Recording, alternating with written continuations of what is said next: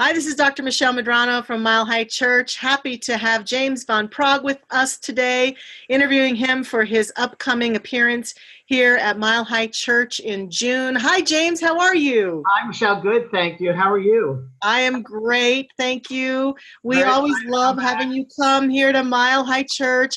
How many times do you think you've been here with us? Good question. It's like going home to family. It's like a family reunion every year, I tell you. Yes. Maybe 4 or 5, maybe 5, 6. Yeah, I would think so. And every time you come, we have an amazing experience. It's usually a sellout experience, especially on the Friday night. So you'll be here with us on Friday night, June 28th, and our tickets are available on the website. Tell everyone a little bit about it when they do come on Friday night for that event, what they experience. I could tell them what I experienced, but tell them. And it's different each time, as you know. It is. Time you go. So what I do is I'm known as a survival evidence medium, which means that I'm able to link into the spirit world and bring through messages from loved ones and evidential messages such as names and places, events, memories they shared. They come through with all different things, items a person has of theirs. It's really to prove survival of consciousness. I mean, move on. There is no such thing as death. And I do a bit of a little meditation beforehand. You've seen me. I'm kind of a little bit of a showman, I guess. Yeah. Sometimes I go dancing, for God's sake. It's crazy. And I really educate people at the very beginning of the lecture. I talk to them about what it's like to be a spiritual medium, what it's like from the other side's point of view, from the spirit world, the process of communication and how difficult it can be communicating, and how they have to prepare themselves to make that happen. It doesn't just pop up. They really have to work hard at communicating. And something, Michelle, which I find very fascinating, and this probably appeared 2 or 3 years ago when I was at a demonstration, I began to see not only the audience in there, but above them were these beings of light, these spirits. And they had nothing to do with the people in the audience. They were there watching this, preparing for another time in the future that they might come through. So I wanted to see how the process worked. So I thought that was really fascinating. And so once at Mile High when I did it there, I took once before. So it's a process they have to go through because they have to be able to create a thought in their mind and then project it to the mind of the medium. And I have to release that to the person in the audience, whoever it is. I'll say, there's a lady here named Carol. She's 73 years old. She had lymphoma, and she has 2 daughters in the audience. Where am I? And that's how we get the contact. It happens in all different ways. Sometimes I'll see a spirit standing behind somebody, and I will bring through that person. Sometimes it's the energy. They'll bring the energy to a certain section of the auditorium or a row. And this has happened lately, which is always so fascinating because as you're a medium, you're always working differently. The spirit world changes it up on you. Recently, they've had me like kind of sections of spirits, like one row, and then behind them 3 people, then behind them 4 people, then over here 3 people. Then Really? Yeah, they've been experimenting with the way I work, which you have to always experiment to do something new. And I'm always excited. It's close to 40 years I've been doing this, so it's always exciting to do something new. And Mile High is a great place to do that. And the spirit world knows that because the energy there is so fabulous. It's so pure, that space, and I always call it the space. It's such a beautiful, loving space because of the work that's done there that helps the spirit world to come through stronger. So always have great results that Friday night. So that'll be a spirit demonstration where I bring through messages from loved ones. I also do a little bit, like I said, teaching about the process and really giving tools for people, which a lot of the audience already knows, but a lot of spiritual tools to live in this human world, that we live in. I find that it's so healing for my soul to watch the healing that occurs when you communicate with people about their loved ones. Can you tell us a little bit about what that experience is like for people? Oh, sure. It's a very humbling experience. And I agree with you. When I do the work, I'm also the observer. I kind of put myself to the side observing. And I, too, am blown away by the beauty, the incredible, miraculous work that the spirit world does behind the scenes to make it happen. And they will, as you know, one message is for many people. I remember, it might have happened at Mile High years ago, where I brought through a child that passed over, a young boy. And I said to his parents in the audience, your thoughts are things. So you got to be careful of your thoughts because the spirit world, they see your thoughts. And as I'm saying this, he's telling me, you got to tell them this for me. And I'm like, oh, this is so hard to do this, but okay, because it's a message you really don't want to, you be very careful how you present it to the recipient, because you have every recipient, it's almost like, they're very sensitive. It's like, glass. You got to be very careful and responsible. But the boy said to his parents, Mom and Dad, I died once. Don't make me die every day with your thoughts. Which is a hard thing to say, but it was 23 years of a beautiful life he had. And they were concentrating on that last night of his life. And it said, and then when you think about it, it makes sense. And they said, thank you for freeing us up. And we can be able to apply all the messages that come through to our own lives, because we're human, having that human experience as well. So it is about letting go. It is about loss. It is how we deal with grief, realizing there is no death. And that sometimes the mission really of the soul, each soul has a different mission. And part of that mission might be they're going to stay here in experiences and lessons for 17 years or 25 years or 100 years. It doesn't matter the physical length. It's about the soul lessons that they're learning. Sure. So we learn a lot about that. We learn a lot about dynamics. We learn a lot about forgiveness. That often comes up as a theme in the work, in the demonstration, as you know, a lot about forgiveness. It gives us spirit people an opportunity to come back and say they're sorry, please forgive me, or I didn't see you the way I see you now. If only I knew what I knew now, if I knew then what I knew now, I would have lived life very differently, so please forgive me. It's such an interesting evening, and you never know what's going to happen. That's what's right. So right. No, it's always a fascinating ride. And then even if you don't read for me per se, there's an expansive energy in the room as I watch you read for other people, as the message comes through, and there's this constant confirmation from people of, oh my gosh. So I think that's part of what draws people in too, is it's such a healing thing to see the expansive nature of our universe through watching you work with people. Like you said, Michelle, it's being part of that space. And the spirit guides and teachers who are there preparing that space, and they prepare that space way before I even get there. They know who's going to communicate beforehand. They know who they're going to line up, and they make sure that the people that communicate are ones whose message will affect every single person in that room. So it's valuable for everyone. And it is a space. So it's such a healing space that's presented, and that everybody can appreciate and acknowledge and use in their own lives. That's just it. And that's really what it's about. The spirit messages, the mediumship itself is a phenomenon. And that's really what it's a phenomenon. But really what it's about is the realization that there is no such thing as death, that life goes on. And it's all about the choices we make in life. And choices should be made from love, not fear. That's all there is, love or fear. And we want to look, where do we choose from? We choose from love, or do we choose from fear? So, like we were just talking about, that evening it's a teaching evening. It's a very interesting evening. It's a fascinating evening, phenomena, and it opens people up to that way of seeing things, that perspective, that way of being. So I've had a lot of people from Mile High over the years have written me emails and on the Facebook page and said that evening that you spent with us has put me on my spiritual path. So thank you. That's beautiful. Yeah. That's beautiful. Now you're going to do a workshop on that Saturday too. What are people going to get out of that workshop?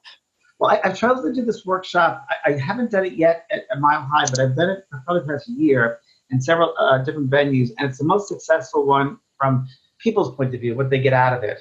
And what it is, it's about unwrapping your spiritual gifts. And every single person is psychic from one degree or another. We're all intuitive. We all have a sixth sense. But we maybe not have been learned how to use it, how to tune into it, how to open that part of ourselves up. Or maybe we have we can resonate as a healer using the healing energy. And maybe that hasn't been developed or recognized and used, or maybe we're very mediumistic.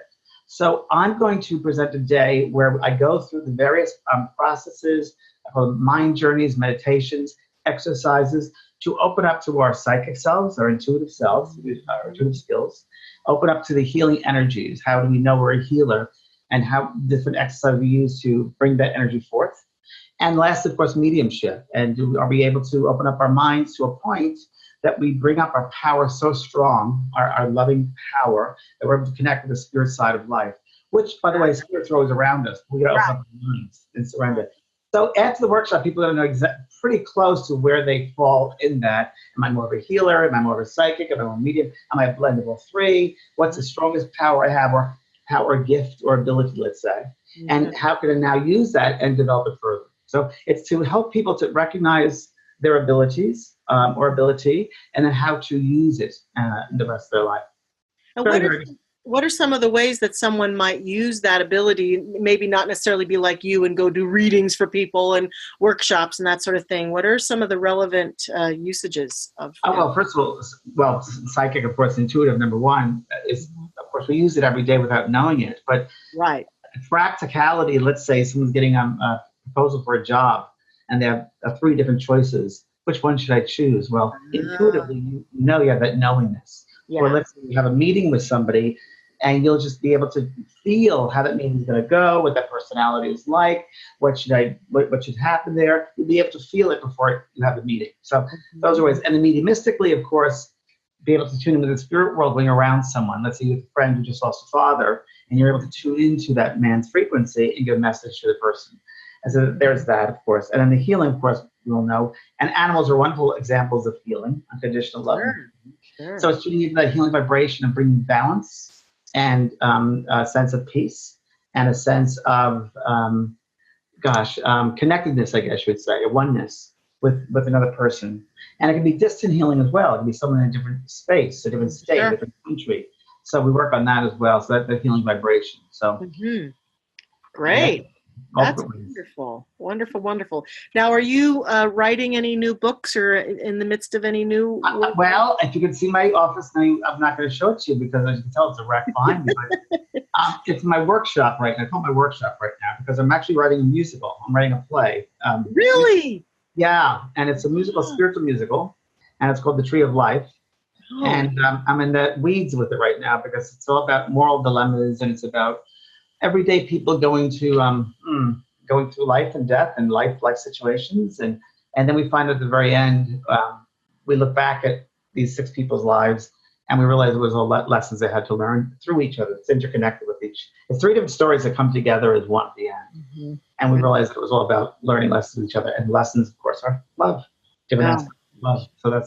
So trying to get these high concepts into a simple play, which isn't really simple. So it's work because I've never done it before, but it's an interesting type of weaving together different stories and moral dilemmas and these sorts of things. So, the minister has a daughter dies in a car crash from an alcoholic who lives and she dies, and the father's a minister.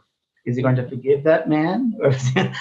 So it's stuff like that. It's really interesting. So we'll see what happens. But I've been propelled to do that probably the past 5 years. And I've been working on it kind of in and out the past 5-6 years. And then after that, I want to do one more book I want to do. And the book is all about the mind. It's about how to heal. It's called Heal the Mind. That's the name of the book the next book I'm going to be doing. At least right now it's a working title. So That's great. Well, I'm glad to hear that. And, we, of course, hope that everybody who's watching will join us at Mile High Church for the event again, it's Friday, June 28th, and it's I'm looking to confirm at 7 p.m. in our sanctuary. And then Saturday, the workshop's all day from 9 to 5. So we hope that people will buy tickets. But if they can't, if they're not local, they're watching this video from somewhere else, don't you have other online ways that people could? Oh, sure. Yeah, Michelle, can I just say, I'm just going to throw it out here because that's why I am. As you know, everyone watching probably knows me, that people fly into Denver for this workshop that they have before. And it's a great place to come to. And Mile High Church is my favorite church, well, in this arena, if we'd say that, because it's just a lot of the consciousness is there. And it's worth flying into and spending time in Denver if you haven't done that. The other ways you can get in touch with me online, I have an online school, which is a 4th year, it's entering its 4th year. And there are over 42 different courses in healing and intuition and transformational arts, and it's called the James Van Praagh School of Mystical Arts, or the JVP School of Mystical Arts. And right now I'm working on life coaching techniques for certification courses, one-day courses. So that's a great way to contact me that way, get in touch with my work. That's great. That's great. And is there anything else you would tell people to encourage them to come to the event? Anything you'd want everybody to know about it? I just think that if they're watching this, I think that it's just things that happen by accident. I think they're divinely led. And I think they're actually watching this. I think that that's someone around, guide, there's someone around saying, you need to go here. You need to attend this, because it's not like you can do this every day with James Van Praagh in person. Right. And people leave, they leave on a whole other level. So I just finished it 2 weeks ago, another workshop back east in upstate Massachusetts. And the people swear to you, they said, please, do we have to leave now? Do we have to leave now? But yeah, there's a yoga class tonight. We have to go.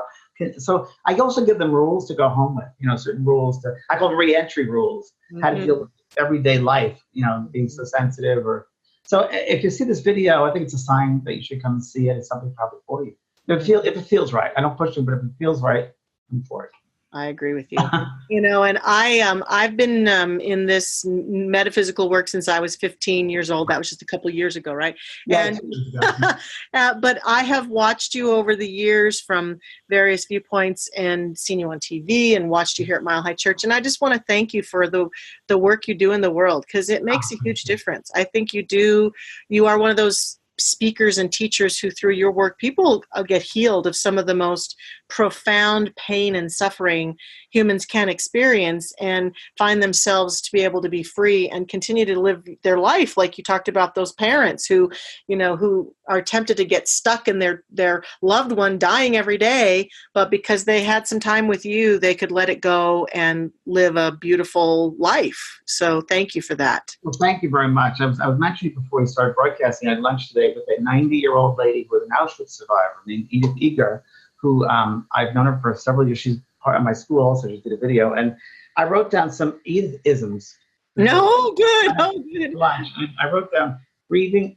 There's breathing, feeling, and healing. When we go through grief, there's breathing, feeling, healing. And I have a whole bunch of Edith-isms. And, she's also someone who survived that Auschwitz thing. She said, people have to live life. Grief is limiting, and life is opening.